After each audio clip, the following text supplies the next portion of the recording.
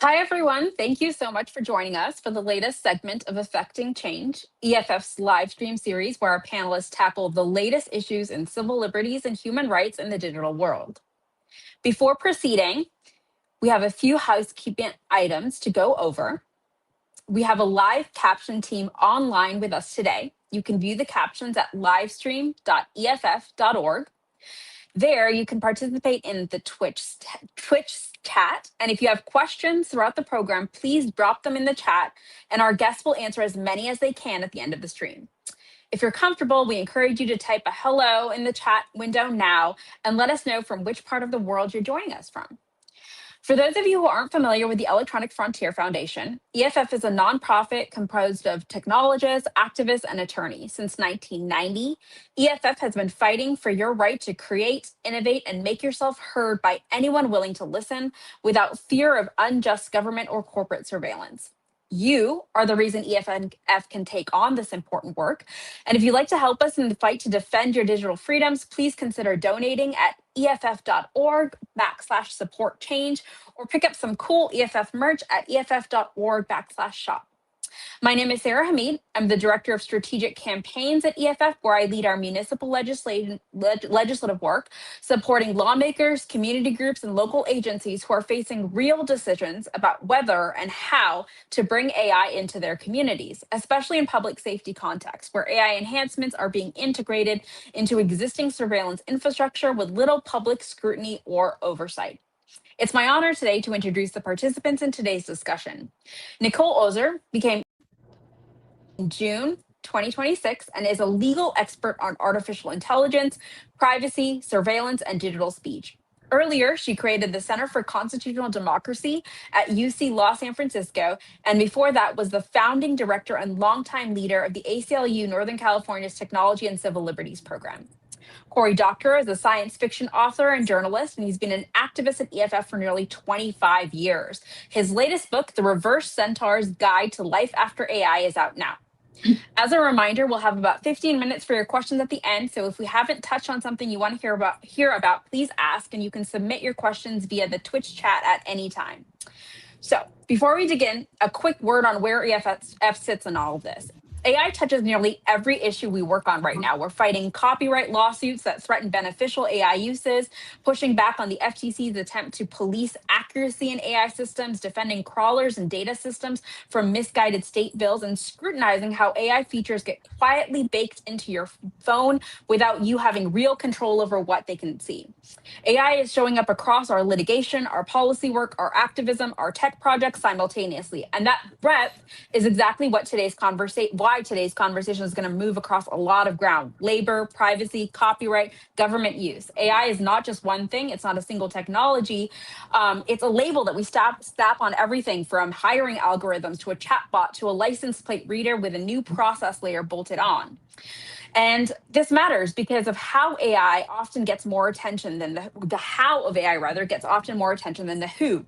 Who deployed it, who profits, and who gets a say in how it shows up in their workplace, their insurance rate, or their neighborhood. I see this play out constantly in my own work, where I spent most of my time engaging directly with city councils and local decision makers whose buy-in is being sought for an AI enhanced tool or workflow, often with just a comment period and a sales deck, let alone a risk assessment. And that's one of the through lines I really hope we pull out on today. Power over AI isn't just contested in Washington or Sacramento. It's contested at a Tuesday night city council meeting, in a school board's vote to buy a monitoring tool most parents never get to hear about until it's installed, and in private purchasing decisions that never go through any public process to begin with. So as we get into surveillance pricing, algorithmic bosses, and government AI, and what good AI might look like, I'd ask everyone watching to keep asking the same question at every scale: who does this serve and who gets to decide? And with that, I'll turn it over to Cory. Oh, thank you, Sarah, and thank you, Nikki, for joining, and hello to everyone out there. My goodness, I'm told there's 900 of you, which is that's a big crowd for a live stream. Hi, chat. So, Sarah, I really liked your introduction because you hit on one of the themes that, as a recovering science fiction writer, I find most important about EFF's work, which is that we are so much more concerned with who the gadget does things for and who it does it to than what the gadget actually does. And I know that's an area that Nikki is focused on as well. So, Nicole, you know that AI is being used increasingly in corporate and government decision making. What would it look like if that AI was, organized around the needs of people rather than streamlining corporate processes so that bosses don't have to have ego-shattering confrontations with people who know how to do things and tell them their ideas are stupid and can be replaced with software? And if you could have people running governments who wouldn't have to talk to the permanent civil service who told them that their ideas were stupid and illegal and would kill people, and you could just ask the algorithm to do it. What would it be like if we had statistical inference tools that were deployed in a way that was organized around like the needs of the people who are being processed by those statistical inference tools? Yeah, I mean, hi everyone. It's so good to be here. Thanks, Cory. Was really excited for this conversation. I'm coming to you all from EFF's headquarters in San Francisco, and I became executive director on June 1st, so just a couple months into my tenure. But this is really the critical question of this moment, right? This is what EFF was really created for. It's about ensuring that technology supports rights and justice and freedom and innovation. And this is this consequential moment. So I come in as the new executive director. Cindy has passed the torch to me to lead EFF. And this is such a consequential moment because we are at this moment, obviously, that there is many of the threats to rights and justice and freedom and democracy that were once thought to be hypothetical are the reality right now. And we're also at this moment where the decisions that we're making in the courts, in the legislature, in our communities, in our daily lives about how AI is developed and how it's used is going to determine not just our future, but the future of the next generation.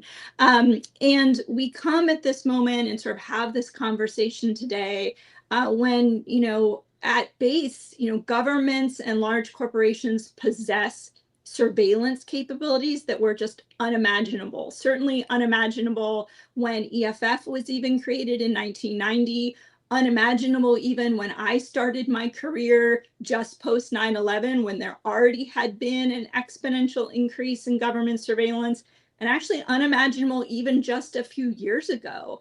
This trajectory of AI has been so quick. I mean, Cory and I have been around a long time seeing sort of these increases in technology, but the rapid pace of how this is iterating, I think, has even been surprising, not just to us, but to many of the companies that are building this technology. So, I always talk about, our rights are protected by law or they're protected by friction. And we see AI, as Cory said, AI is really intersecting with so many parts of our lives. And the questions about, how is it going to be used? How is it going to be deployed? How are we actually crafting the kinds of rules, regulations that really protect innovation, that protect the ways that AI can actually benefit people, but also think about the ways that we can make sure that this opportunity, that this, this advances in technology can actually lift all boats rather than just profit for a few. And so those are things as I come in as executive director, and as Sarah said, are deeply on our mind across strategy at EFF, across issue area, work we're doing in the courts, work we're doing in the legislature, work we're doing at the community level, and how we can really make sure that AI really is working for the people, and that we are developing and using it in ways that protect fundamental rights and work for those who build it, use it, and are affected by it. And I have been in public interest technology my entire career, and I believe deeply in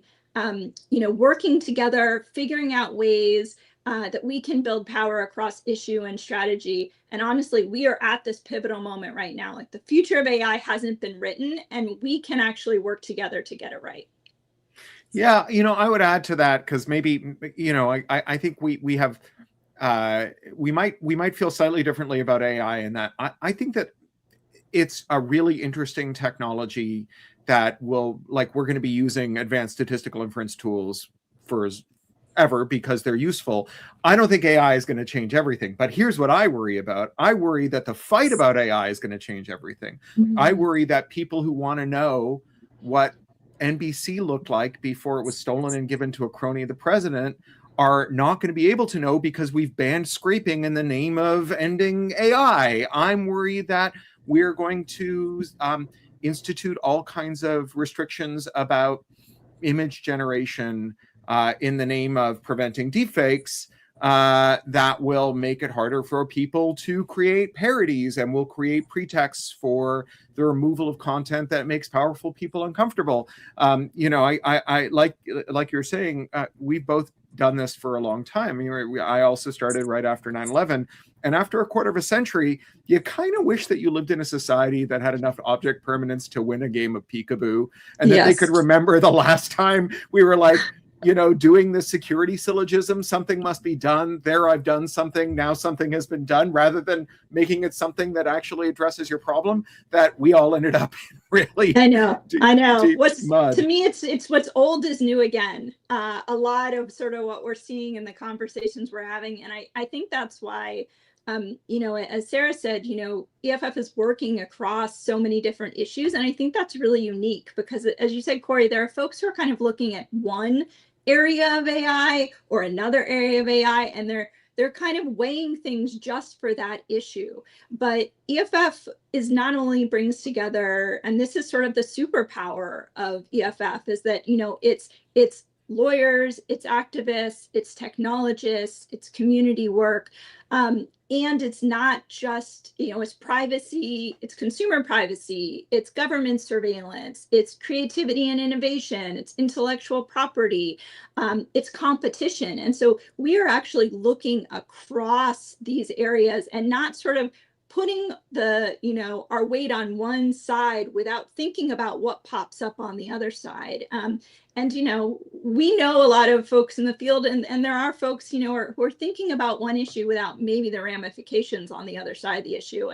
And that honestly does take both sort of that deep expertise, but also that historical memory of like, I've seen this before.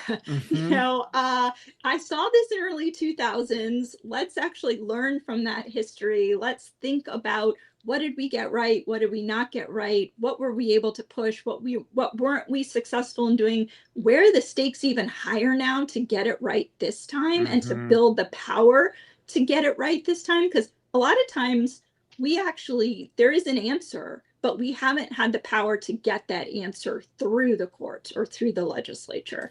And that's why I think the stakes are so high right now to make sure that we can build it in the right way and get in those protections here at the ground level, rather than kind of, you know, it again being a technology that has the potential to lift all boats, but instead ends up perpetuating sort of power in the already powerful.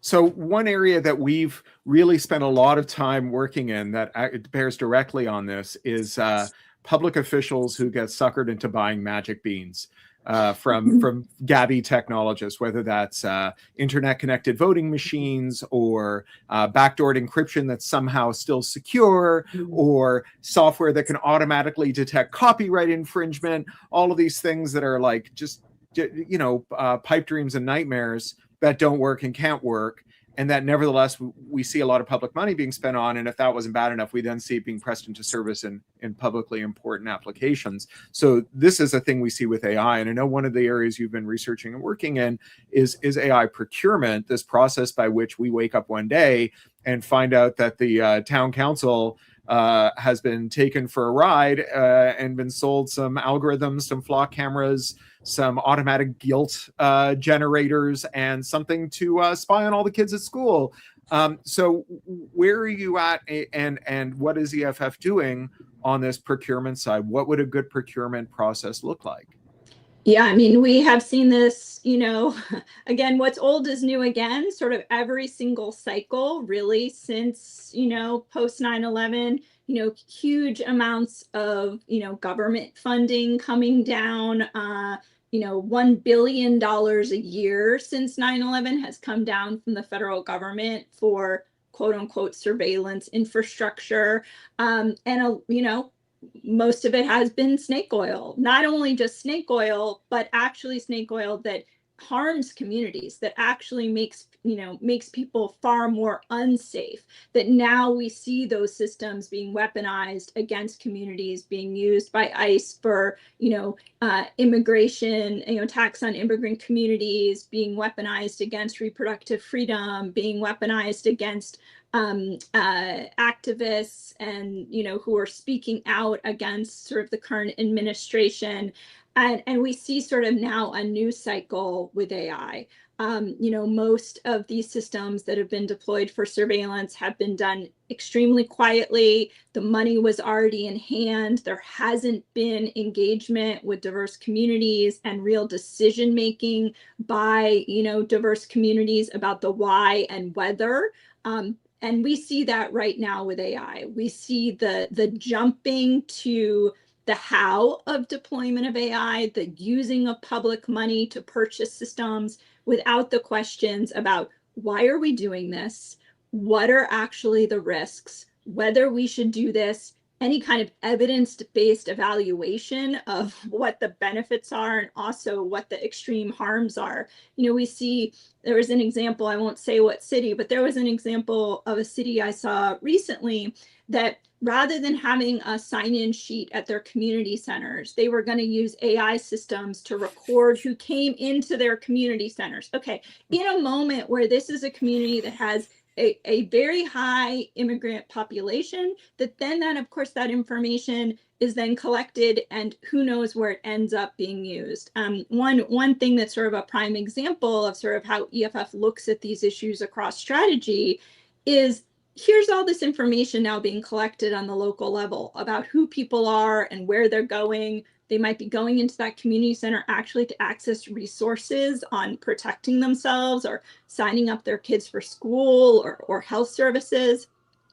And the information that's collected on the local level here in California has then never been protected by the state law that's like the Federal Privacy Act. It's called the Information Privacy IPA.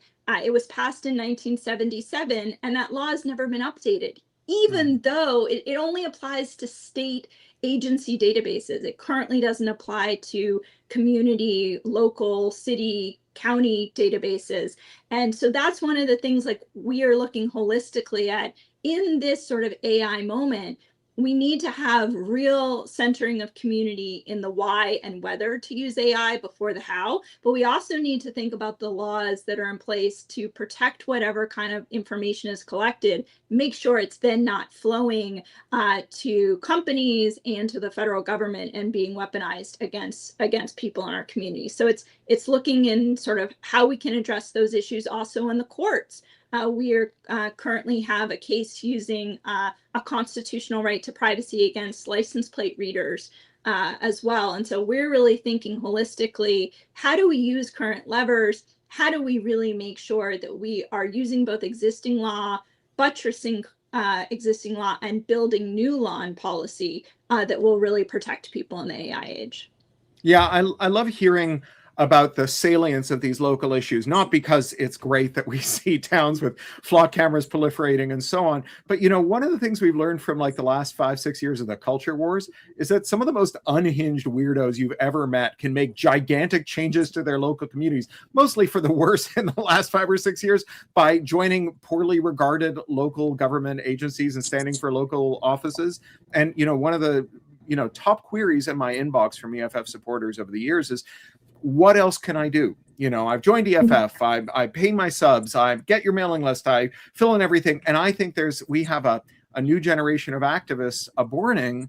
And, it turns out that those local offices are the difference between like whether ICE chuds get information about your neighbors, whether there's a flock camera outside your house, whether, all the potable water and energy available to your neighborhood is being diverted to a data center. Those are all extremely local issues.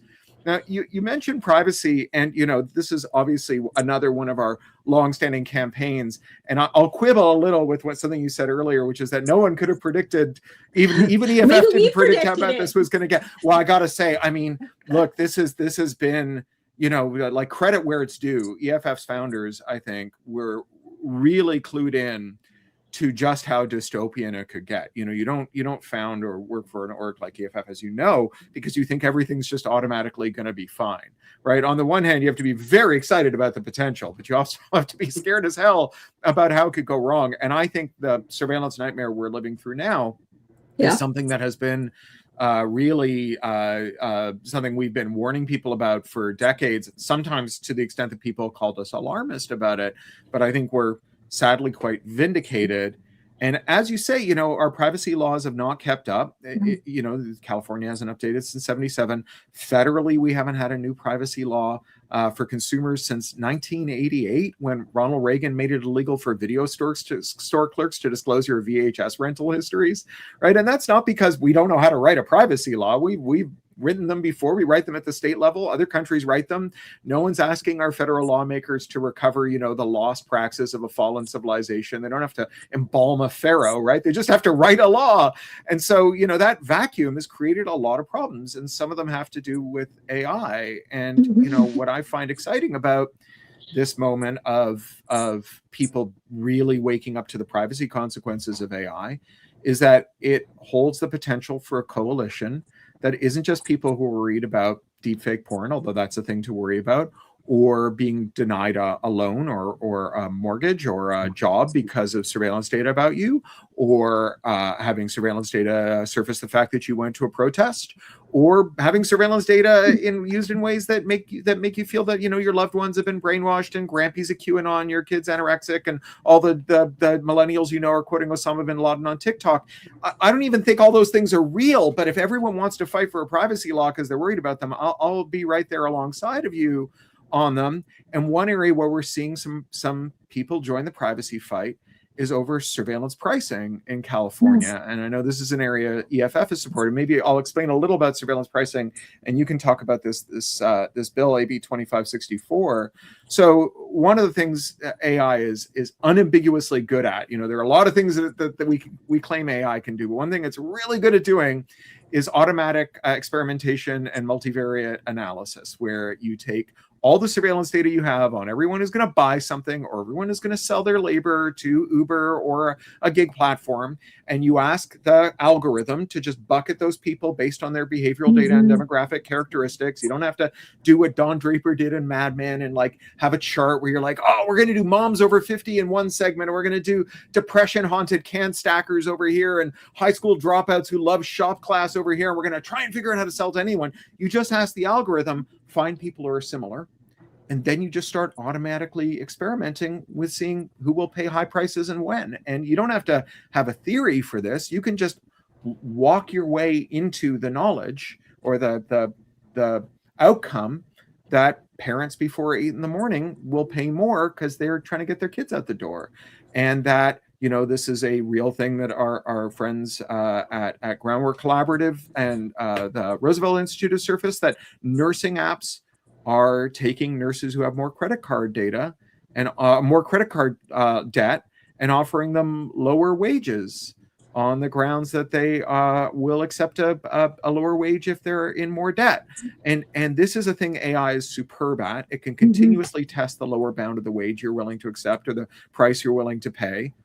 And there are large commercial interests selling this into extremely concentrated sectors, both selling us goods and buying our labor. And the outcome is we're earning less and we're paying more. And so talk about AB 2564. Yeah, I mean, so I think just sort of bigger picture, obviously sort of talking about, our rights are protected by friction or they're protected by law.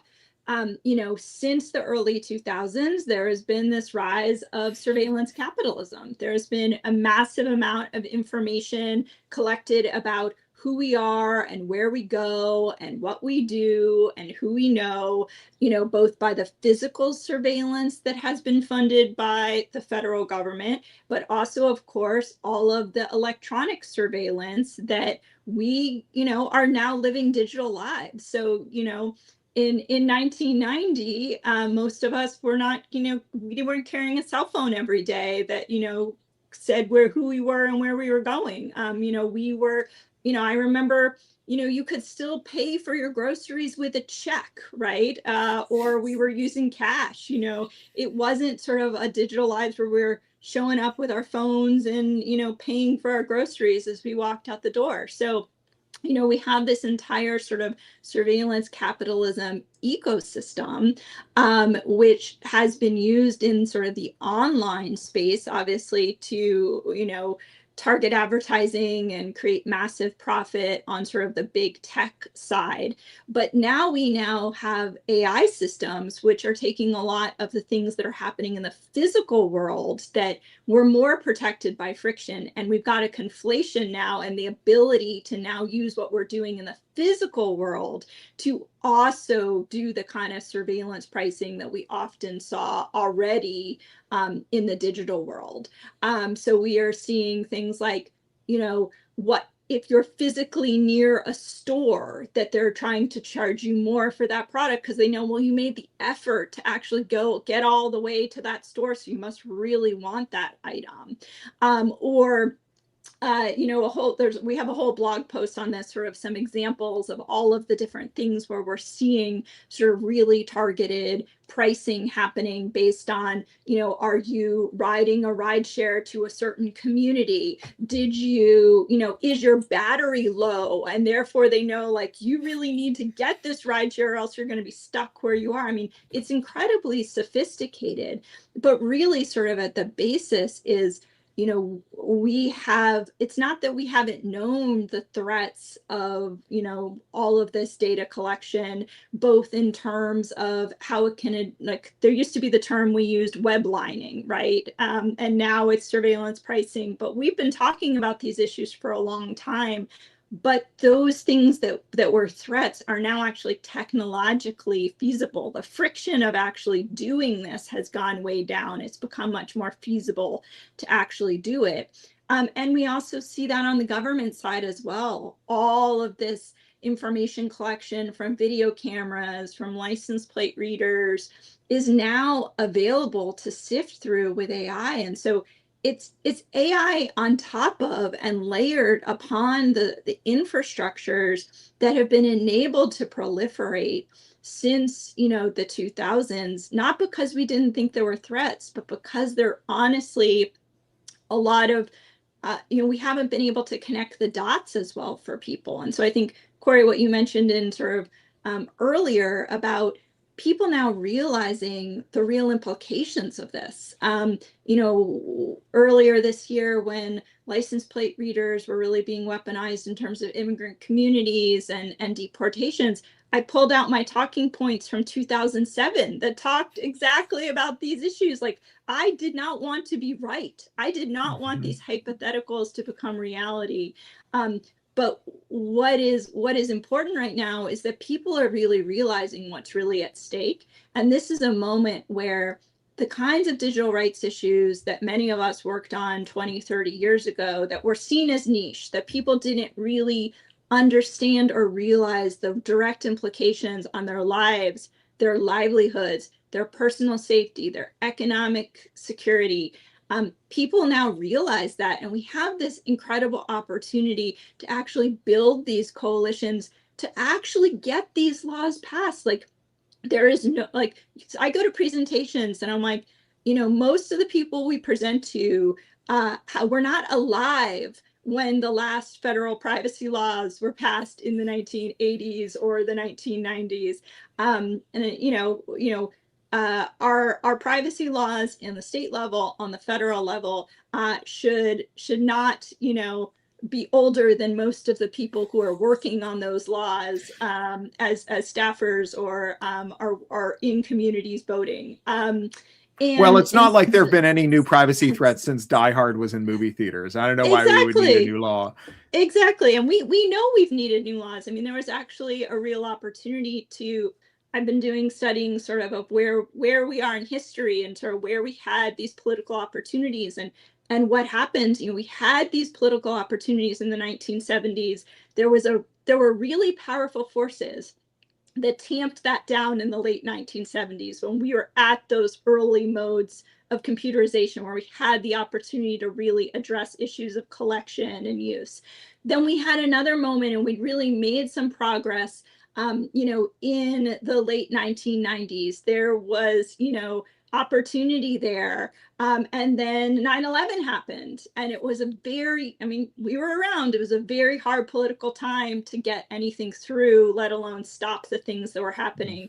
But we're at another moment now, especially with AI. Like, we are at a moment when there's a lot of attention. People are really realizing the kinds of things EFF and many others have been talking about license plate readers and surveillance capitalism for 20 plus years. But that's why I'm so excited. Like, the perils are also the opportunity. This is a moment where we can be like, okay, we have seen what happened before. We've seen the narratives that have undermined, the coalitions, and we can actually, and that's why I was really excited for your book as well, and all the work that you do, because so much of this can be, a little in the weeds for some people. And you do such an amazing job of storytelling, and we need those stories so people really understand what's at stake. So when you write a book, when John Oliver does, his piece just last week on surveillance,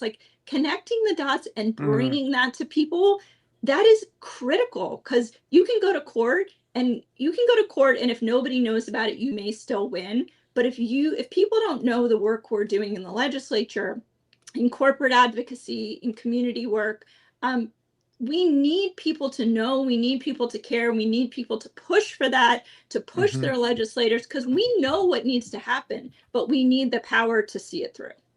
Yeah, so that's very kind of you. And as we've been talking now, I've realized that we've been swirling around three of my favorite quotes from one of my favorite writers, which is William Gibson. Maybe a patron saint of EFF at this point. For those of you who don't know, William Gibson coined the term cyberspace and also once quipped, cyberpunk was a warning, not a suggestion, which I think describes so much of our work. That's the first quote. The second one is his quote that cyberspace is everting, which is to say turning inside out. The risks we used to worry about with surveillance pricing in your app are now surveillance pricing problems in the shop with electronic shelf tags, with apps that you have to use to purchase things and so on. And then the third quote that I want to pull out here and move us on to the next section of the discussion is his famous quote from Neuromancer: "The street finds its own use for things," which is to say that when we seize the means of computation, we can find ways to use the same tools that are being turned to oppress us to liberate us. And this is an area where I think we've seen these advanced statistical inference tools that we call AI doing some very good work. And I know we have an organization that we've done a lot of work with, Human Rights Data Analysis Group, who've done some remarkable things with machine learning since the earliest days. They were the ones who very early on showed that the predictive policing algorithms that were proliferating all across America were, poised to substantially magnify the bias they were supposed to address. That, the example they used using some very careful mathematics and some very good data sources is that if you have a police force that you suspect is doing racist stop and frisks, and then you say, okay, well, we don't want them to do racist stop and frisks, so we're going to ask the algorithm where they should go to do their stop and frisks, and then you feed it the data from the racist stop and frisks, right? Then the algorithm is going to say, well, all the guns and drugs you found last year were in the pockets of the brown and black people you threw up against a wall and searched. Therefore, that's where you're going to find them next year. And then, because that's the only place they search next year, the algorithm will become more and more convinced that all of the crime is committed by racialized people. Not because that's true, but because garbage in, garbage out has been an iron law of computing since the 1950s. Exactly. And this is a thing where we see various activist groups and analytical groups doing very good work using these tools, figuring out what's going on, finding ways to describe it, finding ways to demonstrate it, finding ways to test for certain kinds of conduct, all using these tools, or even just, as we see with Innocence Project New Orleans, sifting through millions of arrest reports to find ones that are similar to arrest reports that led to successful exonerations. Not because they're using the AI to be their lawyer, but because the lawyer needs a sort algorithm to figure out which arrest reports to read first. And starting with the ones that look most like the ones that led to exonerations makes a hell of a lot of sense. So can you talk us through some of the ways in which, we see less Empire Striking Back and more Return of the Jedi, where the Ewoks have figured out how to use the tools? That's mixing a metaphor. Absolutely.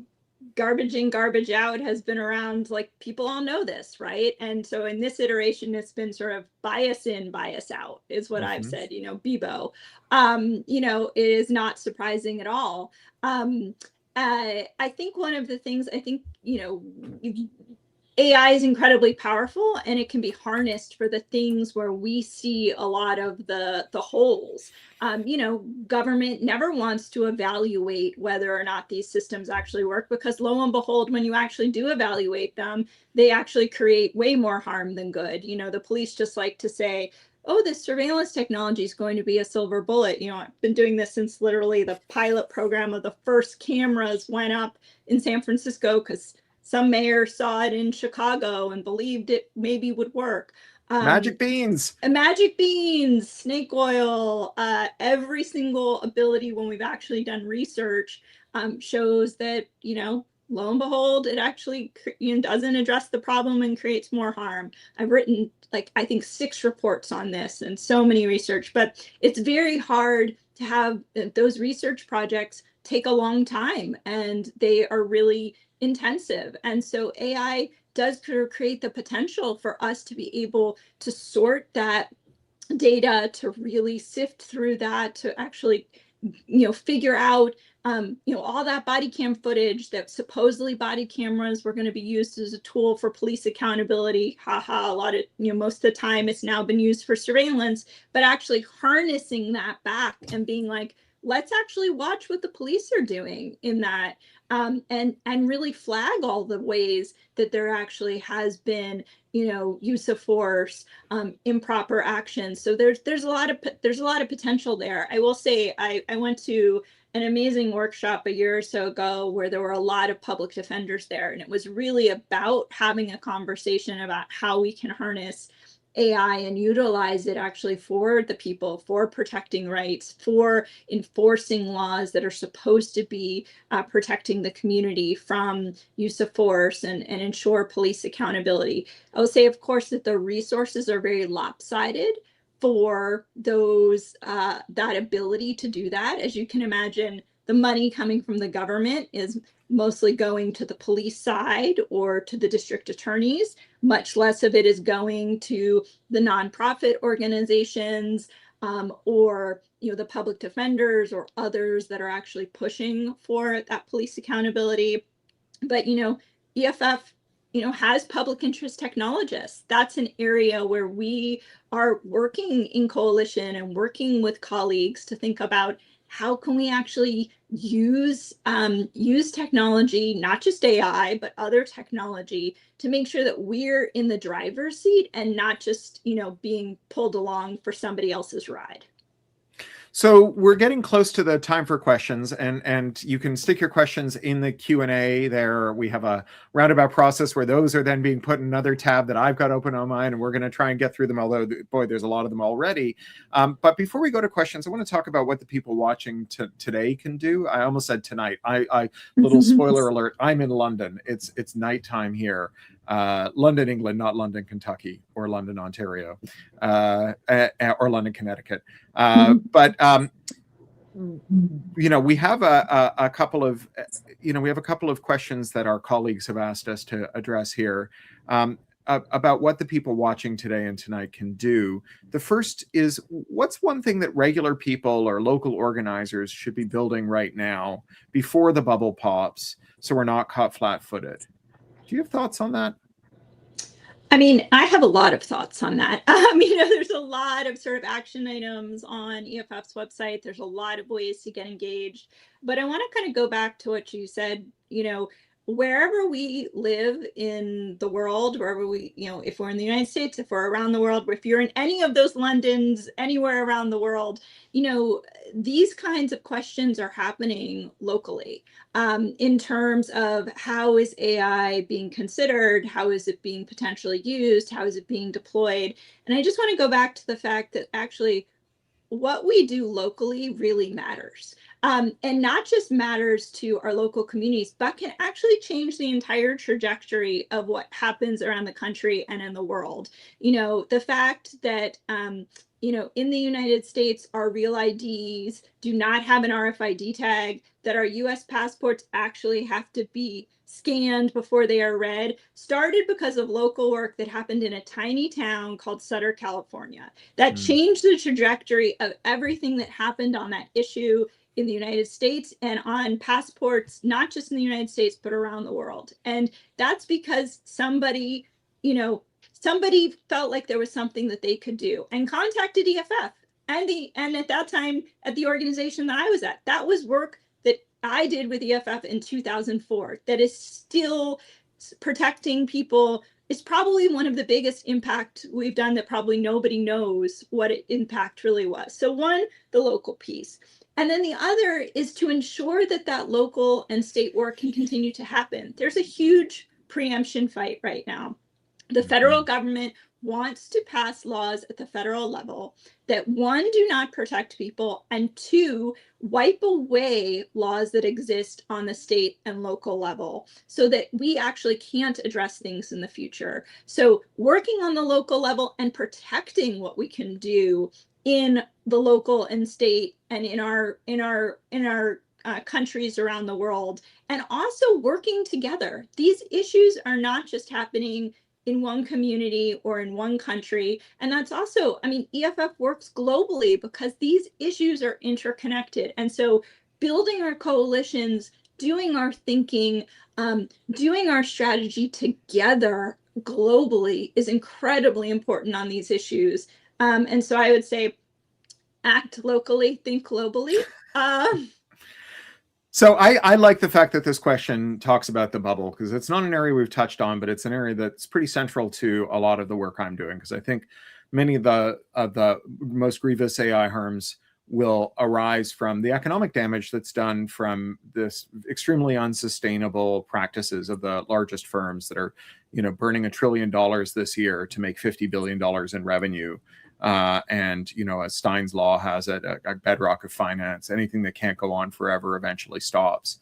And, if you're out there before the bubble burst trying to, for example, not have a data center built in your community without the regular processes of consultation and environmental review and so on, I got to say, your city government does not build a data center in secret because they think you'll be pleasantly surprised and they don't want to spoil it for you.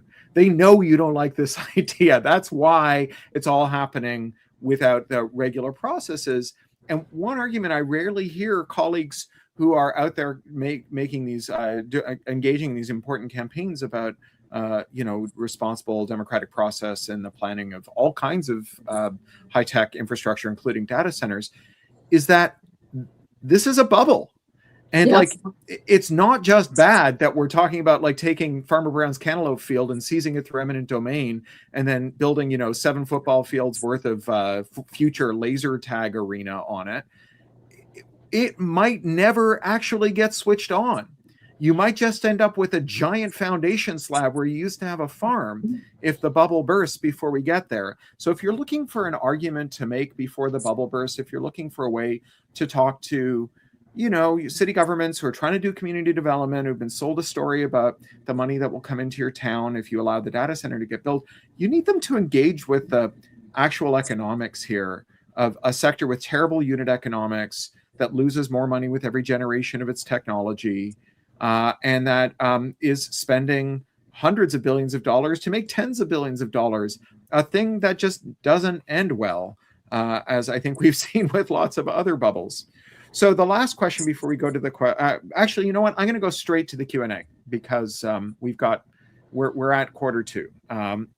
That maybe we'll cover at the last question here. So Nazrin wants to know what happens to democracy with AI in the hands of the government. They've asked a lot of questions, but that's the one that I found quite trenchant and related to our work. I have some thoughts, but I'd love to hear from you, Nikki. I want to hear your thoughts first, Cory. Okay. Well, look, I read a stupendous article by a data scientist yesterday that I wrote up this morning for pluralistic.net about the tendency of algorithms of all sorts that make predictions to have predictions drive outcomes that make the predictions come true. So Netflix predicts that you're going to want to watch one of 10 movies, which it shows to you, and you choose one of them. That doesn't mean Netflix chose the best movie. It means that you chose one of the ones that are recommended to you. And we see this with all forms of prediction and recommender system, that this is something well understood in all machine learning, that when you preference exploitation over exploration, when you make predictions based on the likelihood that you've got a good fit for the criteria, you end up missing out on all the solutions that might be better. And then the subject of this prediction from this machine learning system enacts the prediction and makes it come true. And so one of the things that I'm quite worried about in the context of states is that states are asking AI to describe ground truth about our policy, right? Where are there problems? What solutions can we apply to these problems, and so on. And so the government then takes the advice of the machine learning system. It says this person should be denied parole, this person's children should be taken away, this place should be zoned in a certain way, this legislation should be written in this way. And then that ends up turning into policy that vindicates the prediction. And just like the racist predictive policing algorithm that's, sort of engaged in this kind of coprophagia where it's eating its own outputs and gets, maybe you could call it like prion disease for AI, where you're feeding the output of an AI back to an AI, you end up with increasingly deranged and unhinged policy. And I think this is the consequence of this very opaque way in which our decision-making takes place. And I would say finally, although this wasn't in this excellent paper, but it's something that Henry Farrell, a political scientist, has observed, is that there's something very seductive, especially for authoritarians, about automating the civil service, because the civil service is a source of friction. They're the people who know how things work, and you show up as a politician who's got ideas but doesn't understand the procedures, and you say, I don't want to hear your excuses, just make it happen. And the permanent civil service says you can't. We see this with the Trump administration and the administration 1 and 2, and they just fire them all and replace them with chatbots, which was the project Elon Musk did for Trump. And then you have chatbots just pliably enforcing the will of people who don't want to hear about how those policies will play out on the ground. Yeah, I mean, that's our Doge case, right? All these issues. And I wrote a piece last year that was about putting people power into privacy law and really, defending and advancing rights and justice and democracy in the AI age. And so this question about sort of the intersections of AI and democracy, a well-functioning democracy is a bundle of all of these rights and structures that are about, making a bit we the people, for the people, by the people. Obviously, we have been a very imperfect democracy right now, at least in the United States and in many places around the world. There's been a lot that we have not done right, even without AI. And now we sort of are in this moment where, how AI is used, how it's developed, how it's deployed is, potentially going to even, perpetuate, exacerbate the types of inequality, the types of anti-democratic, actions that are happening. We see Trump fully utilizing it. And I think we kind of see it in various layers. I mean, I've already talked about government surveillance. It obviously supercharges, the ability to know who people are and where they go and what they do. So in terms of the balance of power between the government and the people about our private lives and our ability to act and speak. So we've got the privacy bundle, we've got the free speech bundle, our ability to feel like and safely engage, communicate, connect, mobilize for justice. I'm a constitutional lawyer. That's where I've spent my career, at the intersection of constitutional law and new technology. The implications of AI on our privacy and our ability to engage in free speech, to mobilize for justice, are profound.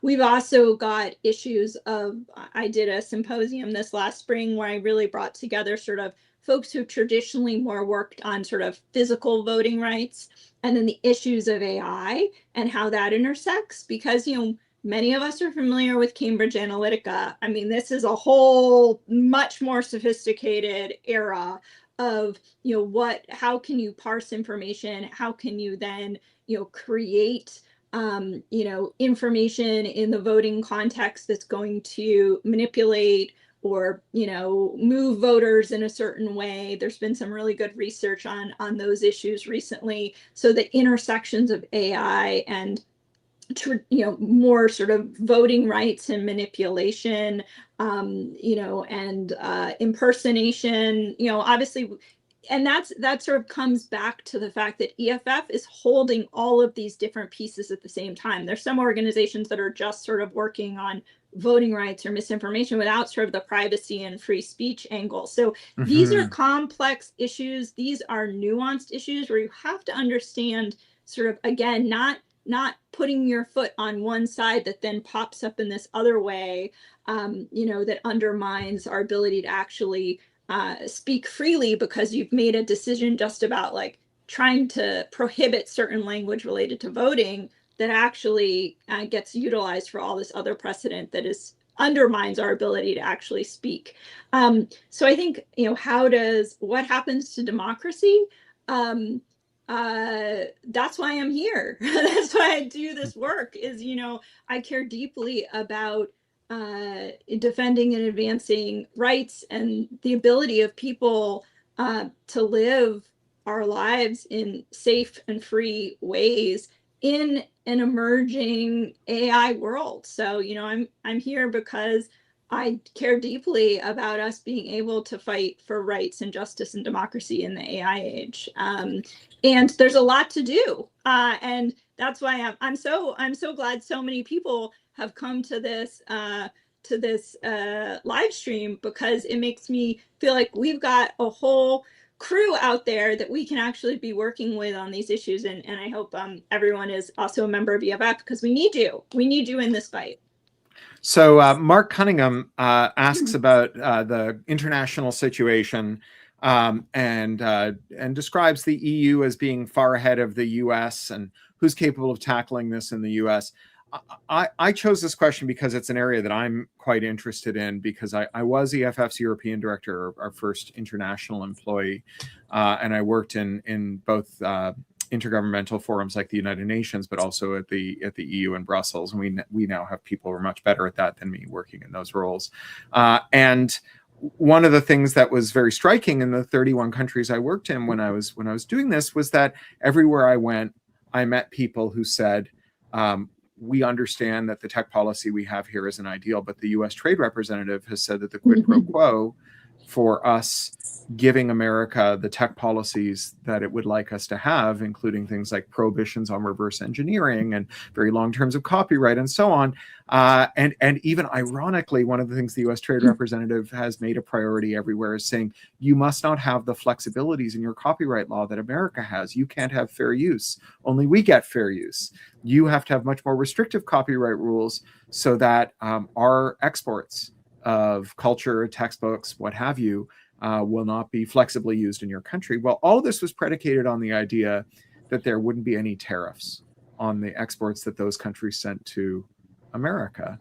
And so Trump has inadvertently, created a different kind of liberation day than the one he intended, one in which there's just not the case anymore for other countries to do things. And this is very important because at the same time, Trump is wielding American foreign policy against countries where they do try and rein in tech. So Canada and the UK proposed a 3% digital services tax to make up for the fact that all the tech companies pretend they're Irish, except for Amazon, which pretends it's in Luxembourg.